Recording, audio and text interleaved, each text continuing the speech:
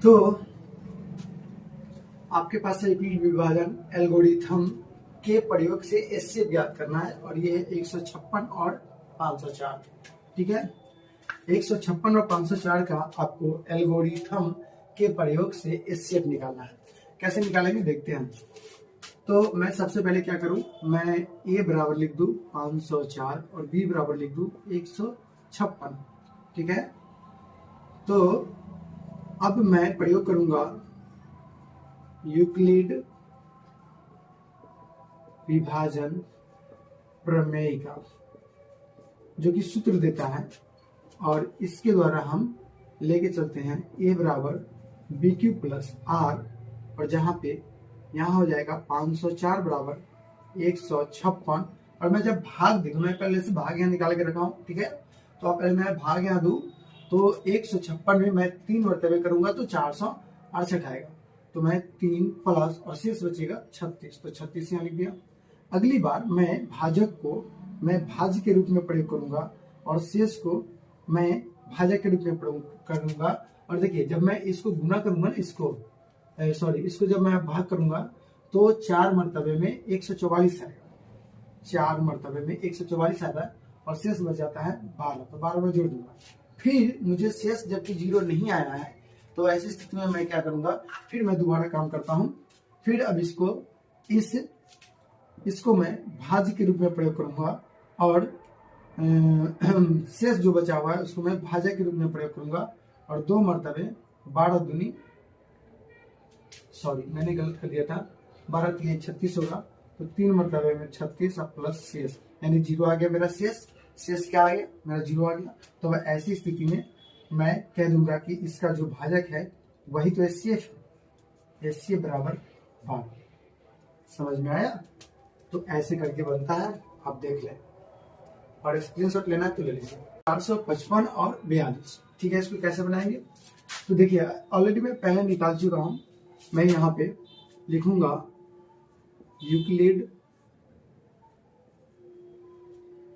Euclid विभाजन प्रमेय का से कौन सा फॉर्मूला लगता है भाई, यहाँ पे लगेगा ए प्लस, मैं गलत बोल रहा हूँ, ए बराबर बी क्यू प्लस आर, और ये आर क्या होना चाहिए, तो आर 0 से बड़ा और बी से छोटा होना चाहिए। ठीक है, तो देखिए यहाँ पे मैं क्या कर रहा हूं, मुझे यहाँ पे करना है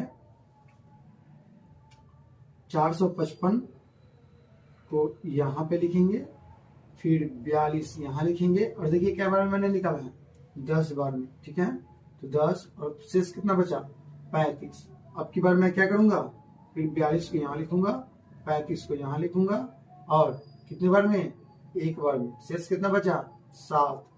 उसके बाद आगे मैं क्या करूं, अब मैं 35 को यहाँ लिखूंगा और 7 को यहाँ पे, और 7 बचे 35, शेष कितना आया 0।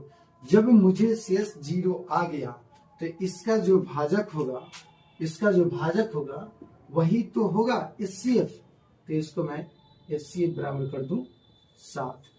आंसर। ठीक है, स्क्रीनशॉट लेना तो ले लीजिए।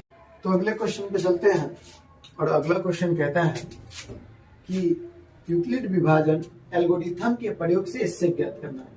अब की बार क्या है भाई, तो 28,220 और 196। अब इसमें क्या है, तो मेरा वही यूक्लिड विभाजन प्रमेय से प्रयोग करेंगे और ये फॉर्मूला लगेगा ए बराबर बी क्यू प्लस आर, जहां पे क्या होना चाहिए, आर जो होना चाहिए वह 0 से बड़ा या बराबर होना चाहिए, और आर जो होना चाहिए बी से छोटा होना चाहिए। बी का मतलब क्या होता है भाई, तो बी का मतलब होता है, सबसे पहले समझो, ए का मतलब होता है भाज्य, बी का मतलब होता है भाजक, और क्यू का मतलब होता है भागफल, और आर का मतलब होता है शेषफल। ठीक है, तो मैं यहाँ पे ऑलरेडी पहले से भाग दे रखा हूं। आप देखो जब मैं इसको भाग दूंगा तो ये डायरेक्टली 195 मर्तबे में ये पूरा के पूरा कट जाता है और कहने का मतलब ये होता है कि यहाँ जो आना चाहिए या तो 0 होना चाहिए या 100, ये r जो होना चाहिए वह किससे इससे छोटा होना चाहिए। ये 0 हो या b से छोटा हो, 0 है और b से छोटा होना चाहिए। b मतलब भाजक, ठीक है, b से छोटा है। तो ऐसी स्थिति में मैं क्या करूंगा, मैं यहाँ करूंगा कि 38, सॉरी थोड़ा सा मैंने यहाँ लिख दिया, मैं यहाँ करता हूँ 38 220 बराबर 196 गुने 195 और प्लस में 0, और इसका जो ये भाजक होगा वही तो HCF कहलाएगा, और HCF हो गया 196। समझ में आया? तो समझ में आया तो लाइक और सब्सक्राइब करें और आगे के लिए अगला वीडियो का इंतजार करें।